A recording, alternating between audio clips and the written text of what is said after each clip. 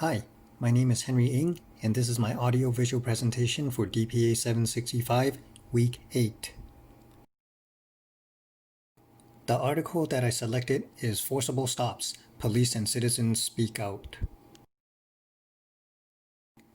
Imagine that you just woke up. You're feeling hungry after pulling an all-nighter for your final paper. You throw on whatever clothes you can find from a pile on the floor. You walk out your front door. Not even 2 minutes later, as you're about to turn a corner to your favorite fast food restaurant, you're shoved up against a wall. Before your mind registers anything, your hands are already locked uncomfortably behind your back, your feet spread out. You hear someone yelling loudly at you. You try and turn your neck, but then your head is then pushed back up against a cold brick wall. Needless to say, this wouldn't be a very pleasant experience.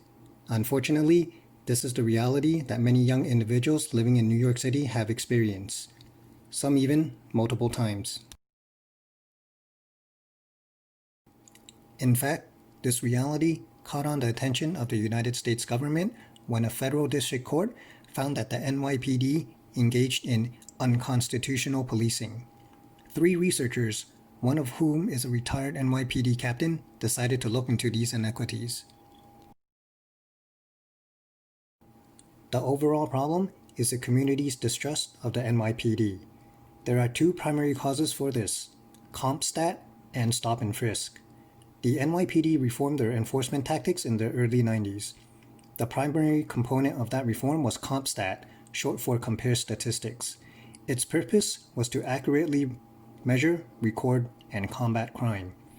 Because CompStat was essentially a numbers game, a technique was eventually developed and used to achieve them. Stop and frisk was that technique, which seemed to disproportionately target New York City youth. 2 research questions came about from this study. First, does a CompStat management style translate into pressure on all officers regardless of their ranks? Second, how does this pressure influence police-community interactions, if at all? The literature review begins with a dilemma regarding policing: crime control, where an arrestee is assumed to be guilty, versus due process, where suspects are innocent until proven otherwise. When CompStat was implemented in 1994, it was intended to be used as a tool to help the NYPD. However, it wasn't long until its effectiveness was called into question. Soon, claims of racial discrimination, especially among the youth, began to be associated with stop and frisk.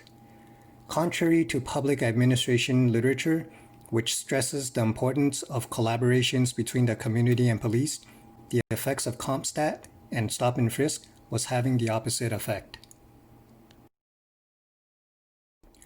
The researchers used a mixed methods approach to get data.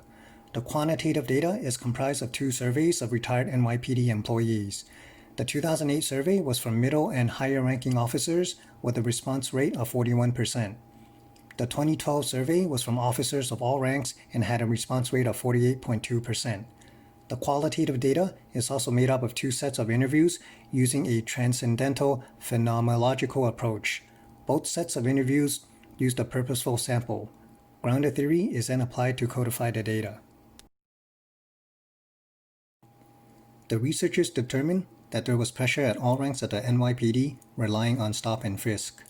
Lower-ranking officers would be the ones who actually conduct stop and frisk on individuals, while middle and higher-ranking members cited this data to defend their CompStats against criticism. As expected, communities held unfavorable views of the NYPD through stop and frisk, with 3 themes emerging: negative police interactions, avoiding police contacts, and police apathy. The researchers offer some suggestion in order to repair the damage caused by stop and frisk and CompStat. Officers should not worry about meeting a quota.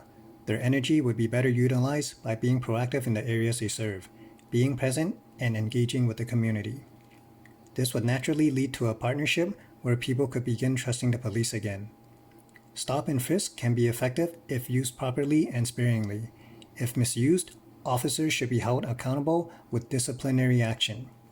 Additionally, though more research is needed, hiring more people of color and educated individuals can also help. People of color may be more sympathetic to ethnic communities. Educated officers who know the difference between a legal and illegal stop also reduces the misuse of stop and frisk.